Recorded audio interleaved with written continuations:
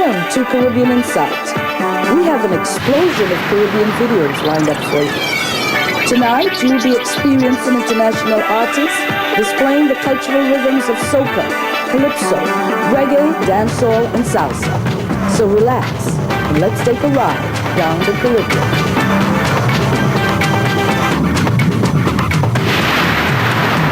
Caribbean inside, Caribbean inside, Caribbean inside, please check Caribbean inside. Welcome to Caribbean Inside TV, the home of our West Indian culture and history. I'm your host, Lady V, and on this episode, Prime Minister Maurice Bishop explains what the Grenada Revolution was all about and why the U.S. government opposed it.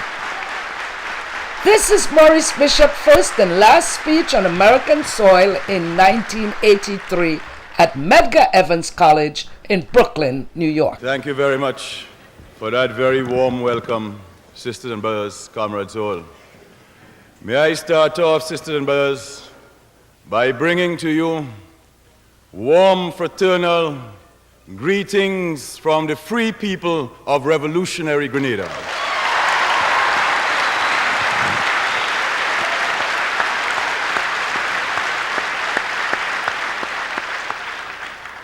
And may I also, right at this very beginning, say how very, very pleasant it is to be back in New York among you, to be in this great hall where there are so many hundreds of our sisters and brothers. That is going to bring a great deal of pleasure to our free people, and I will certainly report your warmth, your enthusiasm, and your revolutionary support for our process when I return.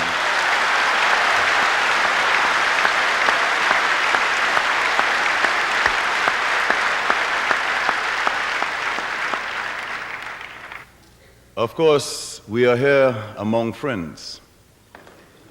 But looking around, there are two people here who are right now representing their country at the United Nations, people who are involved in liberation struggles, people who are struggling for their national liberation, for justice, for freedom for their countries, freedom for their peoples. It is very important right at the beginning, sisters and brothers, that we acknowledge the presence of Dr. Terzi, the representative to the United Nations of the People's Liberation Organization, the PLO.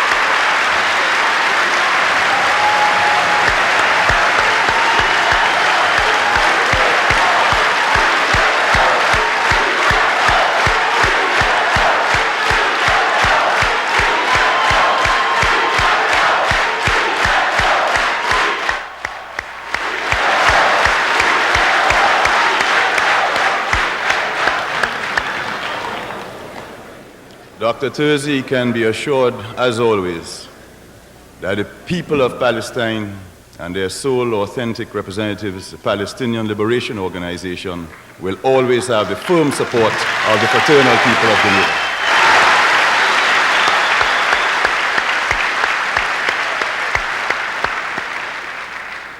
The South African racists who have spent so much time inventing all sorts of ingenious ways of oppressing the people of South Africa, the black majority, who have spent so much time in ensuring that those people are not able to reclaim their true patrimony.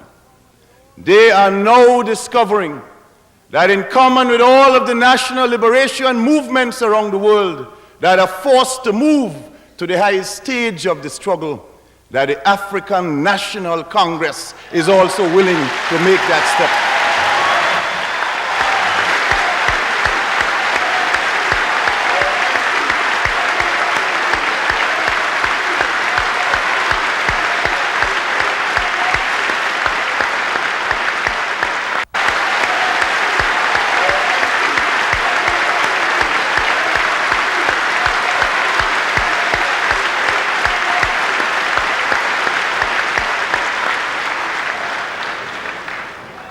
in saluting the Deputy Permanent Representative of the ANC to the United Nations, let us ask him to bring back to his people, to bring back to his organization, to bring back to Oliver Tambo, to bring back to Nelson Mandela, whose spirit is here with us.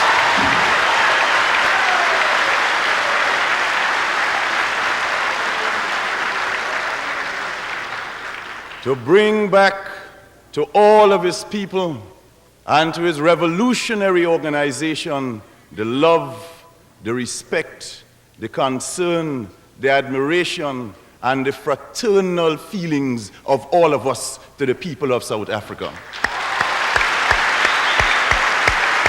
Brother David Ngaba.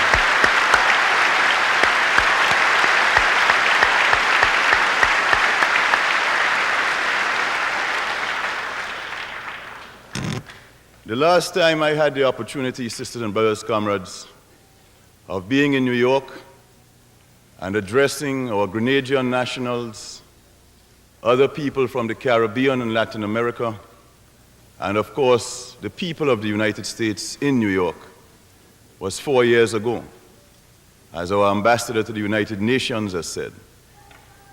Since those 4 years have passed, a lot has happened in our country. A lot has happened in the world. And one of the reasons at this time that we have come to the United States, in fact, is to be able to share our experiences of the last 4 years with the people of the United States. We were anxious to do this because, of course, there has been a major campaign over the last several weeks and months, starting from last year, November, with some remarks by the Vice President in Miami, continuing with more remarks from the Secretary of State, the Secretary of Defense, the Deputy Secretary of Defense, the Admiral of the Fleet, and then the President himself. And in all of these remarks and allegations, different allegations were made against our country. And therefore, we were particularly happy, comrades, to have had the opportunity of an invitation from Trans-Africa, the organization based in Washington that has been doing a lot of lobbying for Africa and the Caribbean. We were invited to come to address their 6th annual dinner last night, and that was a very successful event. And we want to publicly thank Trans-Africa once again for making this visit possible.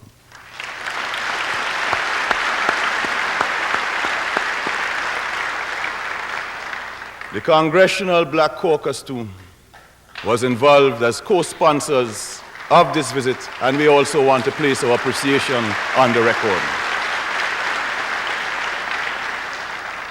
Of course, we set ourselves other objectives once the visit was definitely confirmed.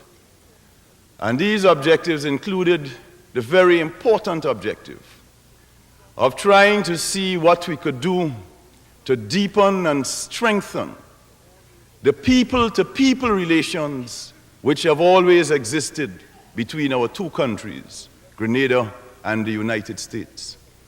At the level of the people, there has never been any problem. At the level of the people, we have always had excellent relations with the people of the United States. In fact, as you know, in some years, more American tourists come to our country than the entire population of the country. And on top of that, there is a medical school in Grenada. And at this medical school, over 700 young Americans are earning their right to become doctors, are getting a career in free Grenada.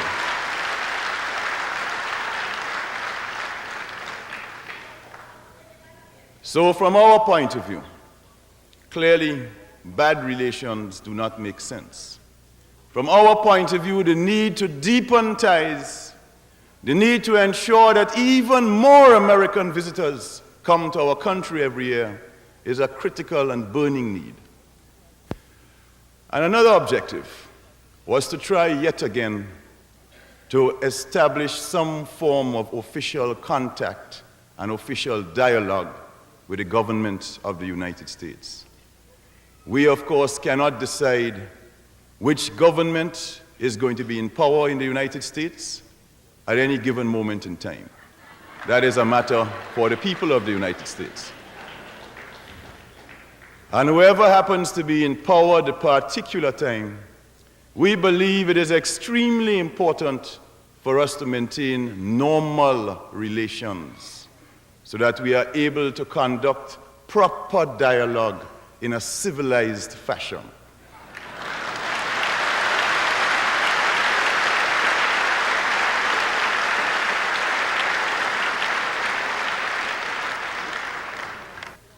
There is a need for some kind of mechanism to be established. And that is why we have been struggling so hard over all of these years to try to get some of the basic norms reestablished. Let us exchange ambassadors, we have said. They have rejected that. So we have no ambassador accredited to Washington because they refuse to accept the credentials of the ambassador we have suggested. When they replaced their ambassador after the electoral victory of President Reagan in 1980, and the new ambassador came out in 1981, he was not, in fact, accredited to Grenada. So we have to talk, presumably, using loudspeakers. And even when we write letters, like I did, for example, in 1981 on 2 occasions to President Reagan, in March and again in August. First letter, short letter, making the simple, obvious point. Look, you are a new president. We had hoped that as a new president, you would have taken a new look at the situation, that you would have been anxious to start off on as good relations as you can with all countries around the world. We had hoped that you, therefore, would have wanted relations normalized. And we went on in that letter to make the point that what we are saying is the true bottom line is dialogue. It is talks. Therefore, let us get these talks going. We are proposing no agenda with any preconditions. Let us look at all questions. Let us put them all on the table. Let us see what you perceive as problems. We will tell you what we perceive as problems. Let us see if in the course of those discussions we can narrow down differences, so at least the new beginning that is made will be begun on a basis of mutual understanding with less distrust and less suspicion. No reply to that letter.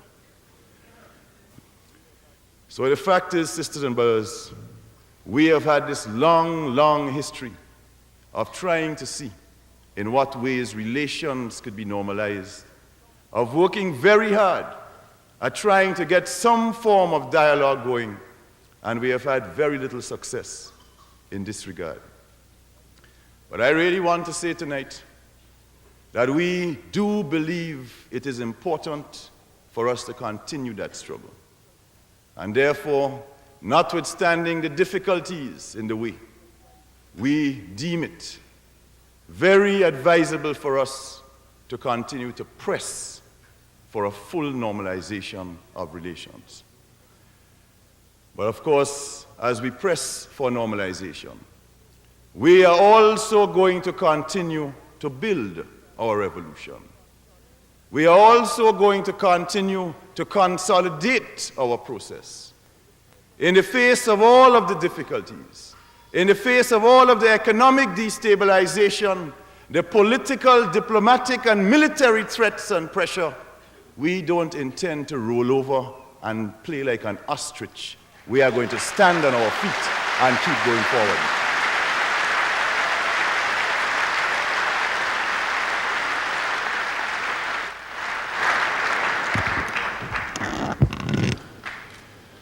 And as you know, sisters and brothers, in these times, it is becoming more and more difficult for developing third world countries to go forward.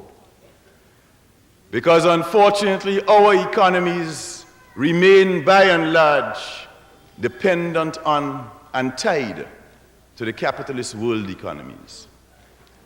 And therefore, when the capitalist world goes through their cyclical crises, one after the other, it has an immediate effect on us. As we say at home, when the capitalist world catches a cold, we catch pneumonia. And the crisis in the capitalist world has been deep. In all of the developed, industrialized countries, there is greater and greater unemployment. And as this unemployment goes deeper and deeper into the society, the people who feel it the most are the poor and working people. The massive cutbacks.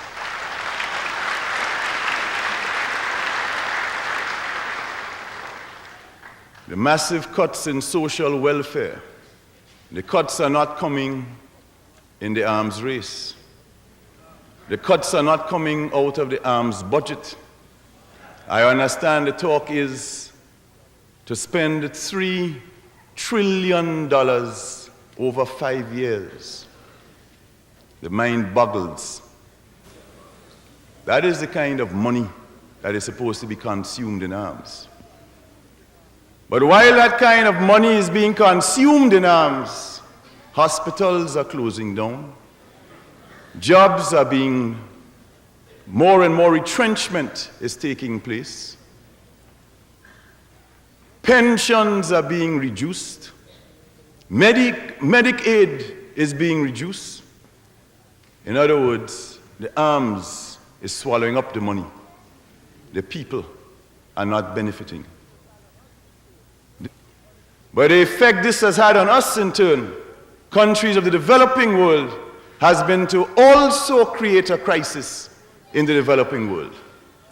In the developing world as a whole, it is now estimated that our debts exceed $650 billion. That is how much money we owe collectively. Just servicing of debts alone is causing massive problems for the countries of the third world. Last year, $131 billion was spent on the countries of the third world in just servicing their debt, just paying the interest, not 1 cent back on the capital. And that took $131 billion.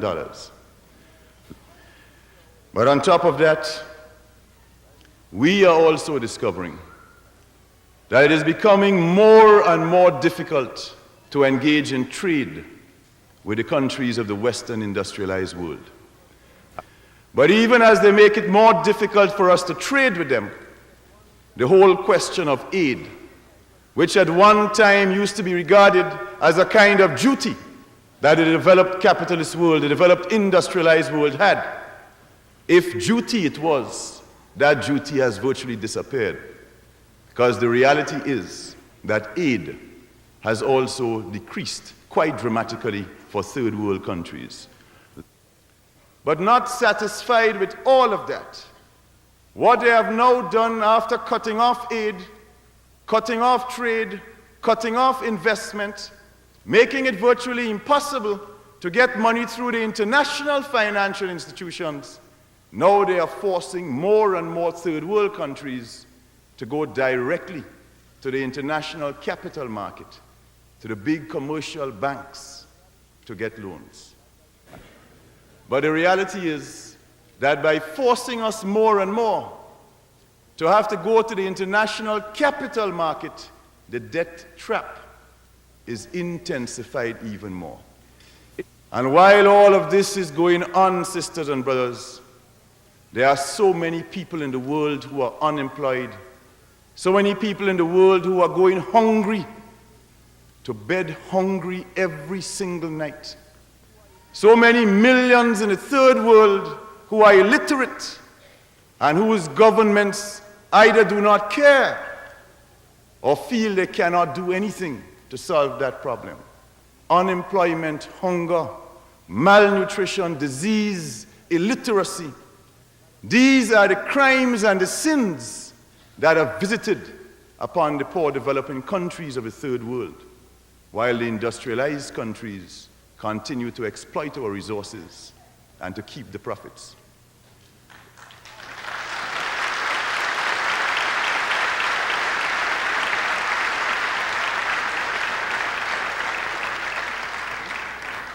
But yet, sisters and brothers, in the face of all of that, the Grenada Revolution has nonetheless continued to go forward and to make progress.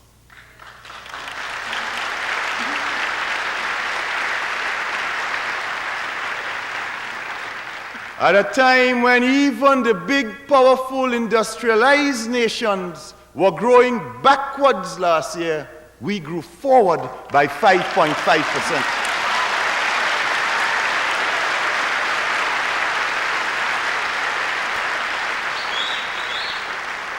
The revolution in Grenada, starting from a base from Gary of 49% unemployment, coming from that base, when we did a census last year, April 1982, the unemployment rate had dropped from 49% to down to 14.2%.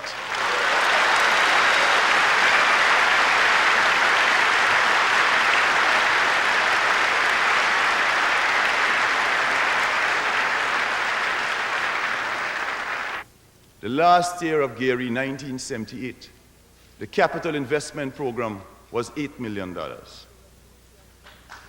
The first year of the revolution, that figure was more than doubled. It went to $16 million.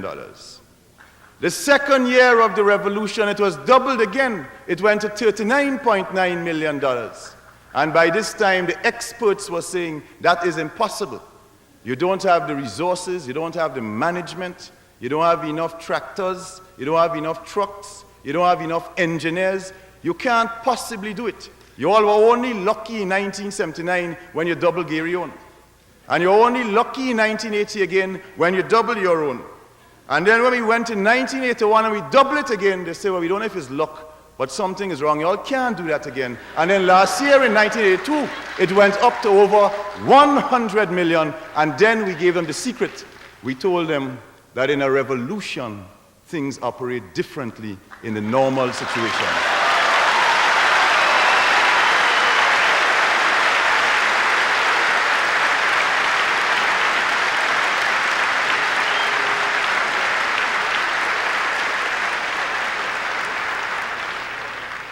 We have been able to make these accomplishments because in Grenada, consistent with our three pillars of the revolution, where the first pillar of the revolution is our people, who are always at the center and heart and focus of all of our activities, we are able to mobilize and organize the people to cut out waste, to cut out corruption, to stamp on inefficiency, to move to planning, to look out for production, to check on productivity, to make sure that state enterprises are not set up to be subsidized, but that state enterprises too must become viable, must make a profit, and therefore the state sector will then have the surplus to bring the benefits.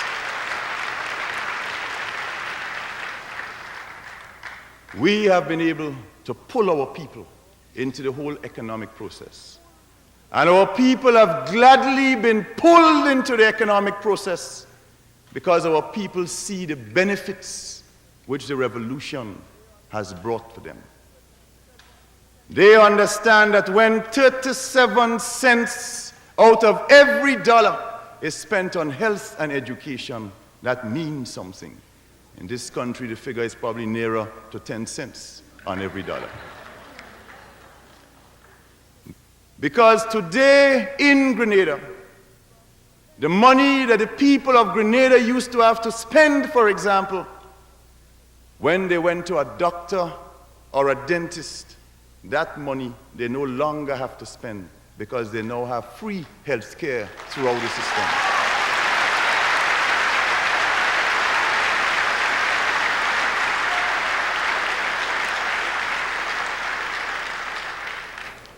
Our people understand the value and the benefit of free secondary education because they know now that once their children are able to pass the common entrance exam and get into secondary school, they no longer have to worry about finding those fees, which, as you know, for agricultural workers, for example, were very often impossible. But not just free secondary education, but in effect free university education.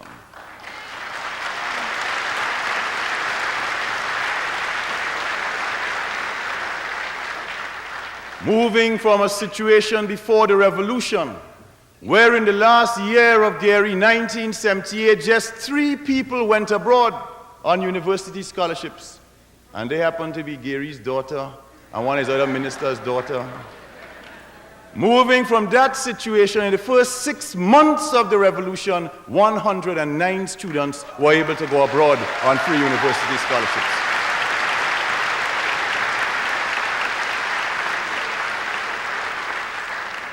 Our people are more and more getting to understand what we mean when we say that education to us is liberation.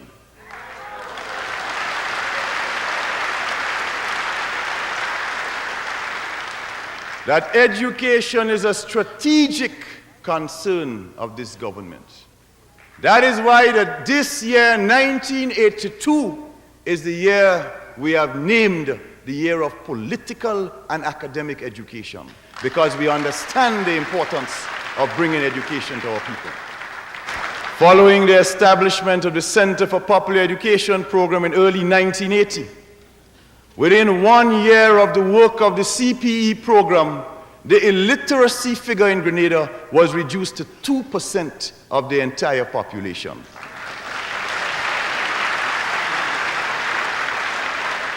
The people understand that in all areas of their basic needs, real attempts are being made to solve these problems.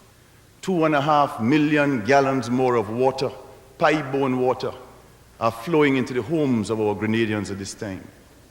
Before the revolution, under 30% of all homes had potable water. The people understand what it means when electrification is brought to their village. The people understand what it means when they know that by the middle of next year, we would have doubled the electricity output and capacity in our country, and therefore more people would have the possibility of electricity. Our people, therefore, sisters and brothers, have a greater and deeper understanding of what the revolution means and what it has brought to them. They certainly understand very, very clearly that when some people attack us on the ground of human rights, when some people attack us on the ground of constituting a threat to the national security of other countries, our people understand that is foolishness. They know the real reason has to do with the fact of the revolution and the benefits that the revolution are bringing to the people of our country.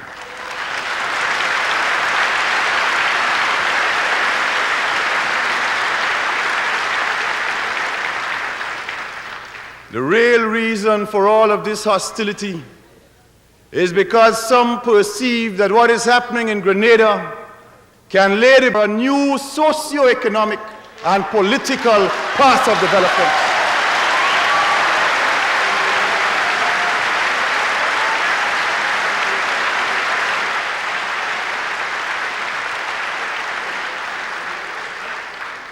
They give all kinds of reasons and excuses, some of them credible, some utter rubbish. There's an interesting one that we saw very recently in a secret report of the State Department. I want to tell you about that one, so you can reflect on that one. That secret report made this point, that Grenada is different to Cuba and Nicaragua, and the Grenada Revolution is in one sense even worse, I'm using their language, than the Cuban and Nicaraguan revolutions, because the people of Grenada and the leadership of Grenada speaks English and therefore can communicate directly to the people of the United States.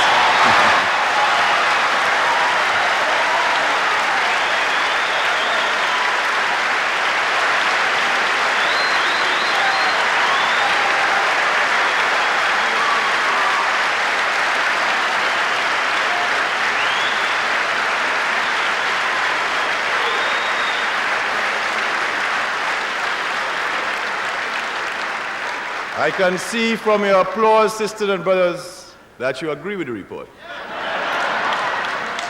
But I want to tell you what that same report also said, and said that also made us very dangerous. And that is that the people of Grenada and the leadership of Grenada are predominantly black.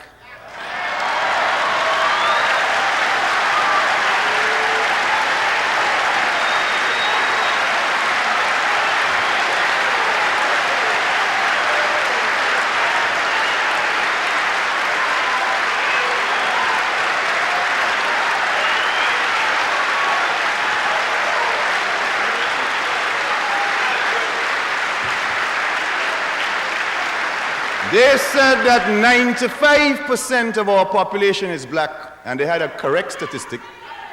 And if we have 95% of predominantly African origin in our country, then we can have a dangerous appeal to 30 million black people in the United States.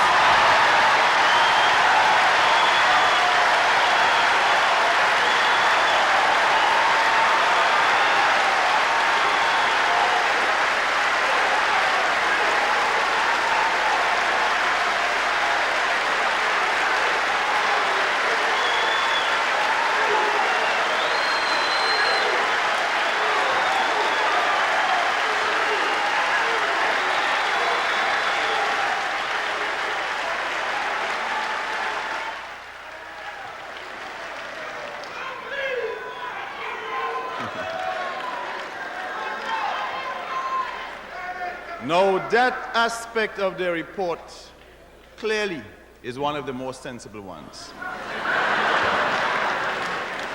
But, sisters and brothers, how do we evaluate other sides of the report? Like when they say that Grenada violates human rights.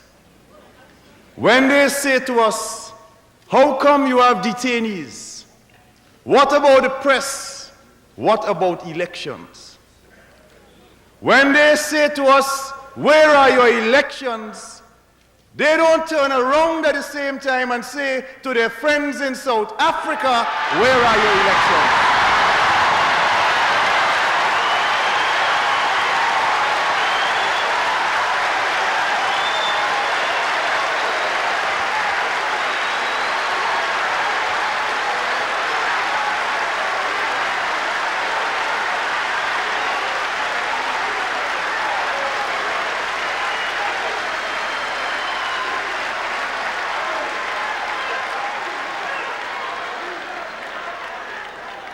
When they say to us that elections must be held, and if you don't have elections, then you can't expect support.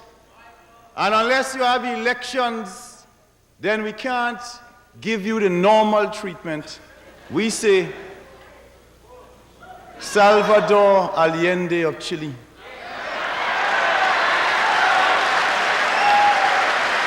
Salvador Allende of Chile was elected in September 1970 by the people of Chile. Allende did not take power through a revolution. Allende did not form a militia. Allende did not grab any land or property. Allende had no political detainees. Allende did not crush the press. He did not close down the parliament. He did not suspend the Constitution. He played by every rule they wrote, but they killed him still.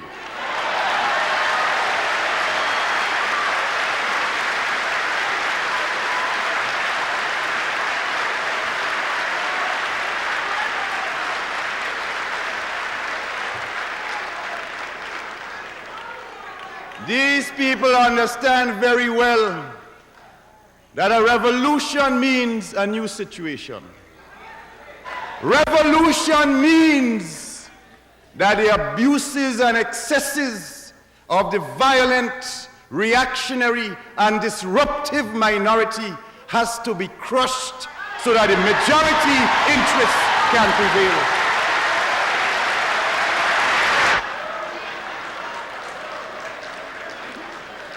When the Americans had their revolution in 1776, it took them 13 years to call their election.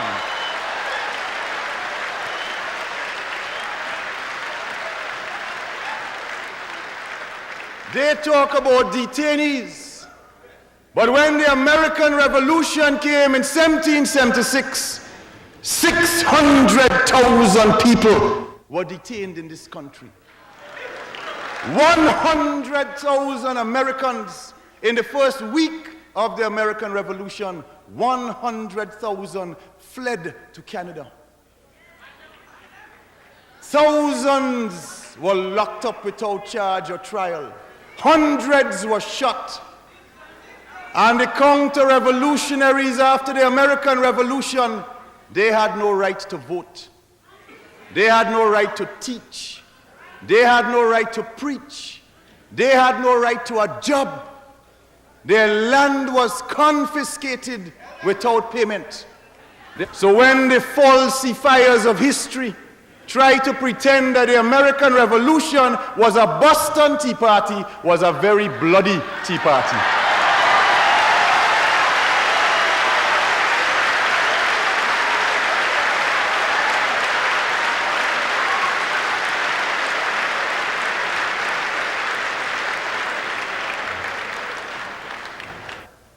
That's something that very often happens in all revolutions. The spontaneous upheaval of the masses did not really happen in Grenada.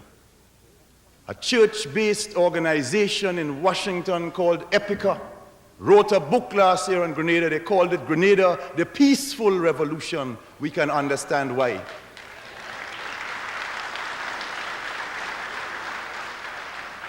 So when these elements come and make these statements, we understand only too well where they are coming from.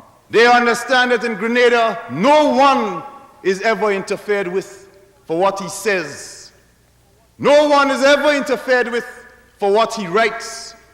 In fact, today, criticism is deeper than ever in the society in a constructive way. But our people also understand that the first law of the revolution is that a revolution must survive, must consolidate, so more benefits can come to them.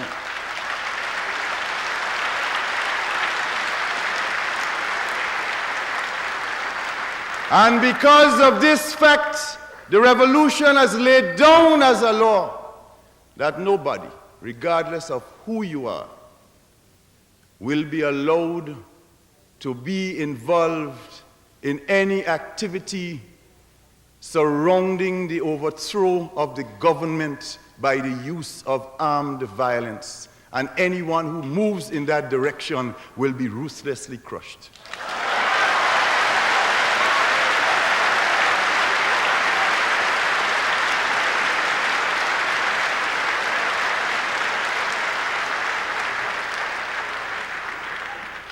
But we also feel, sisters and brothers, that the time has in fact come for us to make another step along the way towards institutionalizing the process that we have been building for 4 years. And that is why only yesterday in Grenada, the new chairman of the Constitutional Commission arrived in our capital city, St. George's, from Trinidad and Tobago, to announce the formation of the Constitutional Commission that has now undertaken the task of drafting a new constitution for our young revolution.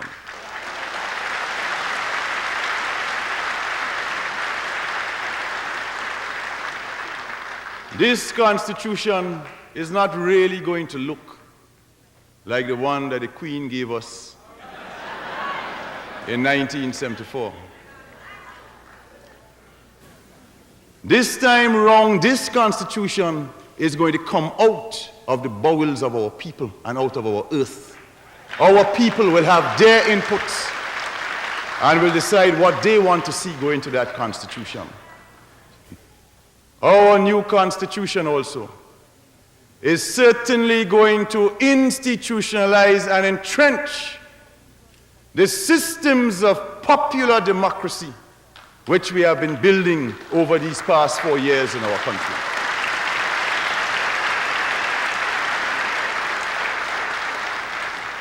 Because to us, democracy is much, much more than just an election.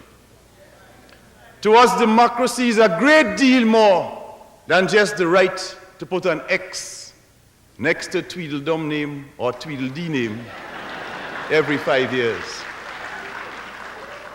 But democracy also means, and to us it has 5 integrated components. First, accountability. People have to account to those who elect them. The second principle of democracy to us, responsibility. We don't believe in Grenada in presidents for life or elected people for life. We believe in service for life. And when you stop serving, you must be recalled and get out of the way for somebody else to serve.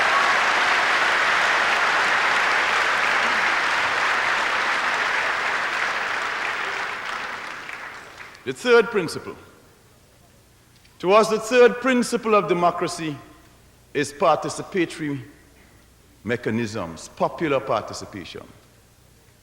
If we are serious about democracy, and here I would accept the definition, the well-known definition of Abraham Lincoln. Lincoln said of democracy that it is government of, for, and by the people. I accept that. It's a good definition. But if it is government of, for, and by the people, then it cannot be just government of the people you elect. It also has to be for them, and it also has to be by them. They have to have a way of participating. That is what the word by means. And if that is absent, you don't really have the democracy. We believe that it is very important for the people to have a voice in running their affairs. The ways in which we have approached this question over these years is basically twofold. One, the creation of mass organizations of our people. The National Women's Organization, the National Youth Organization, the Farmers Union, and of course, the labor unions, the trade unions. Not only were the women of our country without work before the revolution, the women of our country were also the most harassed and victimized of any section of our population. Those few who were granted jobs from time to time, many of them were given those jobs only on the basis of a sexual favor. So women were being sexually exploited in return for jobs. The very first decree of the revolution was to outlaw sexual victimization and exploitation of our women in return for jobs.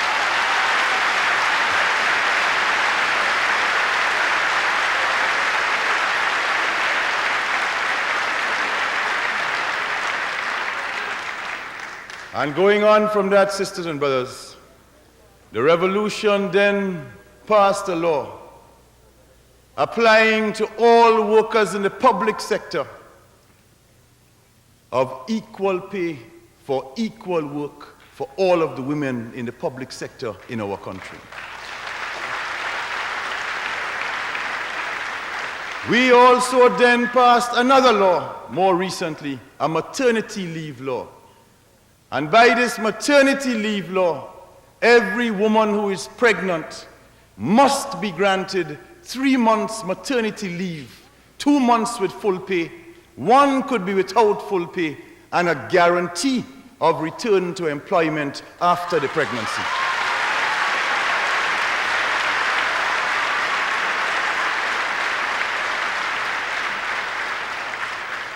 And it is because of these laws and because of the new environment in the country that so many women have begun to step forward have begun to assert themselves, have begun to go out and find new jobs, have begun to get fully involved in production. And that is why, too, so many of them have joined their mass organization, so that today, at this point in time, 1 in every 3 adult woman over the age of 16 years is a member of the National Women's Organization.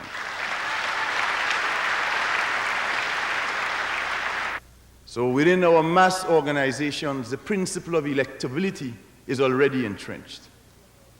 And for our people in general, there have been some organs of popular democracy that have been built. Zonal councils, parish councils, worker parish councils, farmer councils, where the people come together from month to month, and the usual agenda would be a report on programs taking place in the village. Then there would be a report usually by some senior member of the bureaucracy. It might be the manager of the Central Water Commission, or it might be the manager of the telephone company or the electricity company. And this senior bureaucrat has to go there and report to the people on his area of work, and then be submitted to a question and answer session. So this concept of democracy and our approach to human rights is one that has stressed the solving of these problems and the involvement of our people in a participatory way from day to day and week to week. They have also raised over and over again the question of our relations with Cuba as a second one of these red herrings they throw up. We say, first of all, that yes, we have warm fraternal relations with the government and people of Cuba. That is true.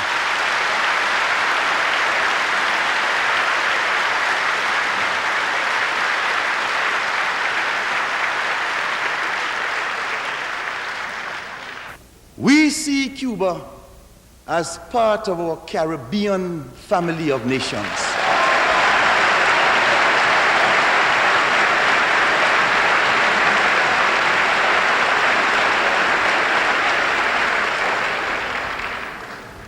One of the greatest curses of colonialism was that they divided the region according to different metropolitan centers.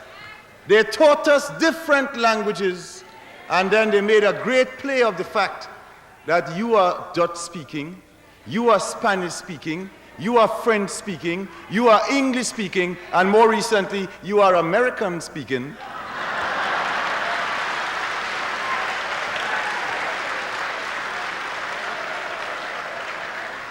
And based on this linguistic nonsense, they taught us to hate each other.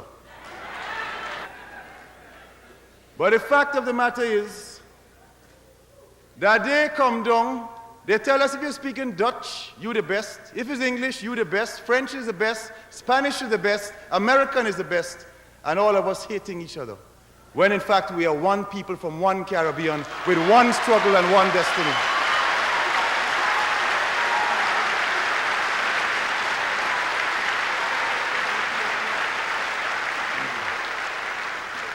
We see it, therefore, as one of our historic duties and responsibilities to pull down these artificial barriers of colonialism and to develop that oneness and that unity that we nearly lost.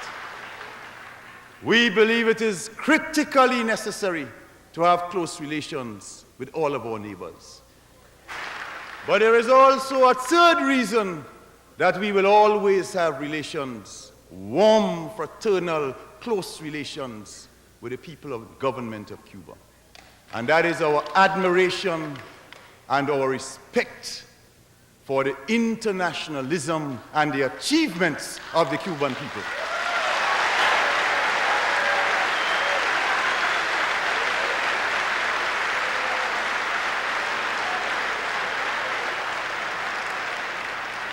Whether they like it or not, Cuban internationalist soldiers have been the first in the world to charge the racist South African monster and to face them with arms in their hands while defending Angola.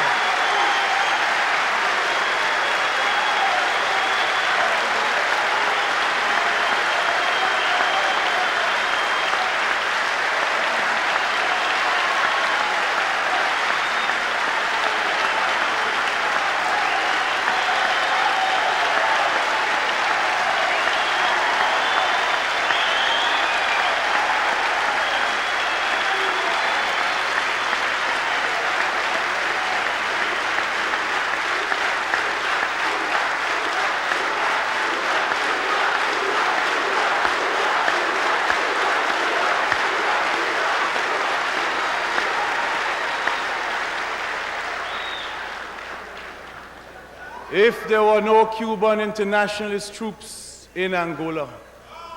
How long ago would a South African apartheid monster have overrun Angola with the assistance of several Western powers? They can choose their South African and their Haitian and Chilean and South Korean and every piece of dictator friends they wish. That is okay. But we can't choose our friends because we too small and poor to have the right to choose. They like to talk a lot about backyard and front yard and lake. Grenada ain't nobody backyard and in part of nobody lake.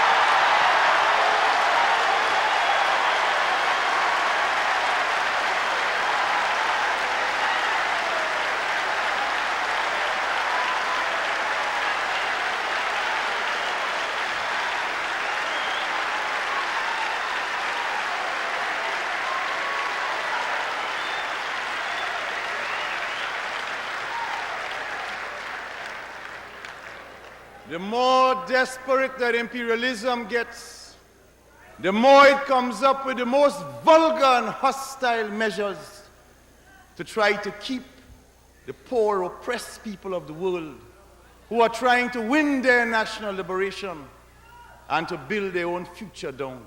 Think of Nicaragua.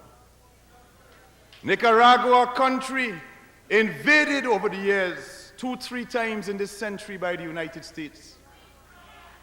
Nicaragua, a country that has been under the brutal heel of the Somozas for over 45 years. Nicaragua, a country that just like the Americans 200 years ago finally resorted to their supreme right to overthrow their repressors and murderers and to take their destiny into their own hands.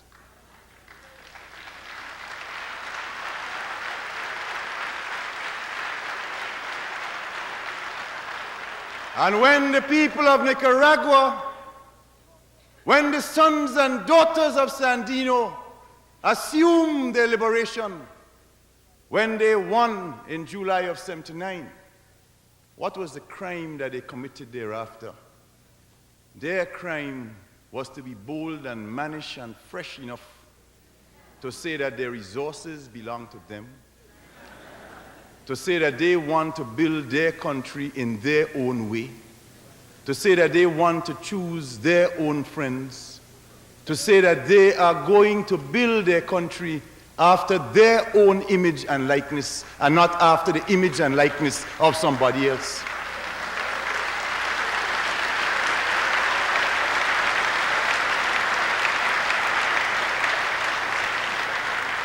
And because of that, you have this situation where today, in the most vulgar, shameless act of the last year or so, can only pale into comparison when you put it against what is happening in El Salvador, or when you place it against what happened in the middle of last year in Lebanon, when the Palestinian people were slaughtered.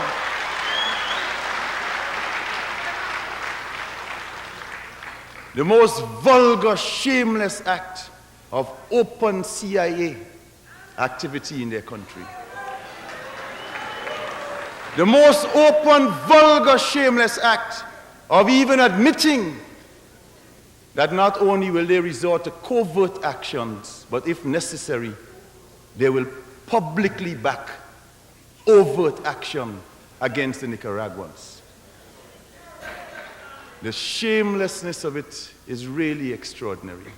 And perhaps the only good thing that has come out of this recent episode, sisters and brothers, is the fact that for the first time in a long time, the people of Latin America themselves have tried to find a solution to the problem.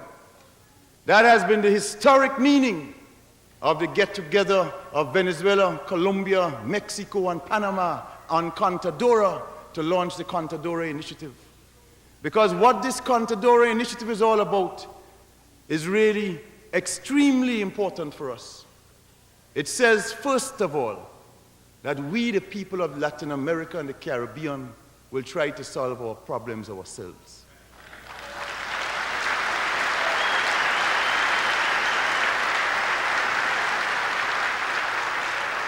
It says, secondly, that we do not accept the use of violence as a means of settling our disputes.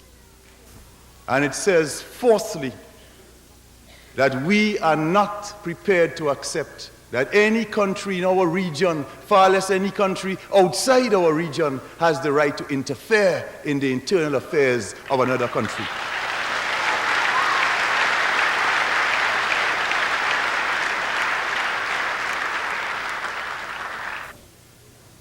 But these people have also thrown out another allegation against Grenada. This other allegation concerns the question of our international airport project. This one is, of course, the most comical one of all. According to the formulators of this famous theory, Grenada's international airport is now going to become a military base and will now become a strategic jump-off point from where we can launch an attack on the great, big, powerful, mighty United States. It looks like if we have become a superpower.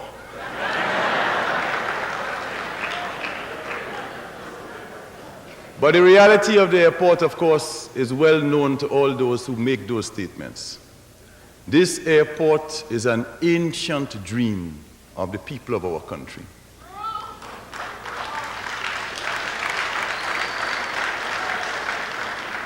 This international airport has undergone a quarter century of studies. All previous governments from 1955 have spoken about the need for the airport. And if you understand the situation in our country, that will be no surprise to anybody. The present airport is called Pearls. Pearls has a strip 5,500 feet long. That means only little turboprop planes can come in. The turboprop planes that come in carry a maximum of 48 passengers. And better still, these planes could only land during the day between 6 and 6 because there are no night lights. The question of the length of the strip, the basis on which we had to make a strip of 9,000 feet is because all of the manuals that were done by European and American companies. I can think of McDonnell Douglas, people who do the DC-8 and so on. I can think of the Boeings.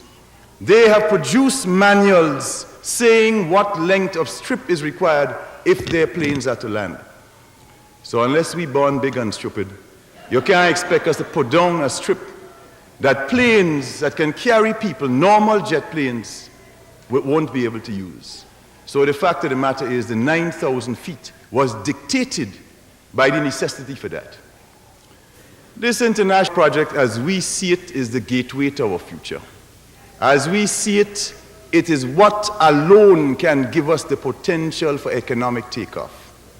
As we see it, can help us to develop the tourist industry more, can help us to develop our agro-industries more, can help us to export our fresh fruits and vegetables better. That is why we have made an exception this year. Usually every year at the end of December, we announce what the next year will be called. You know, a year of education and production or whatever it is. But last month, 6.5 months ahead of schedule, we announced to our people what the name of next year will be, so they can start from now to mobilize, including mobilizing overseas around the name, because 1984 next year will be called the year of the international airport.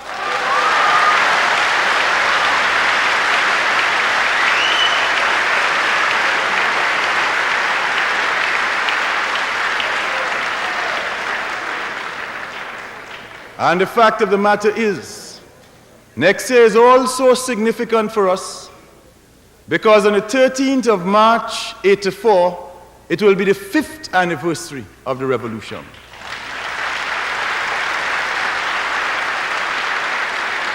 And therefore, what we want to do during the 5th festival on the 13th of March itself is to open our international airport on that day. Long live the people of Free Grenada. Long live the workers, farmers, youth, and women of Free Grenada. Long live the people of the United States. Long live Grenada-US relations and friendship. Long live the people of Cuba and Nicaragua. Long live the people of Angola and Mozambique. Long live the people of Palestine. Workers and farmers began to take in hand the governing of their country, Grenada, develop its economy, and combat the effects of imperialist exploitation and racist oppression. This all came to an end in 1983 with the American invasion. I'm your host, Lady V. Remember to subscribe. It's free to keep our history and culture alive. Our sons and our daughters, our mothers and fathers, our sisters and brothers, our heroes, our martyrs. We must not let their struggles go in vain. Never forget their anguish and their pain. Grenada, Grenada, Grenada, Grenada, Grenada, Grenada, Grenada, Grenada. We must be strong. Oh, Grenada. We must move on. Oh, Grenada. A people united cannot be divided. A nation united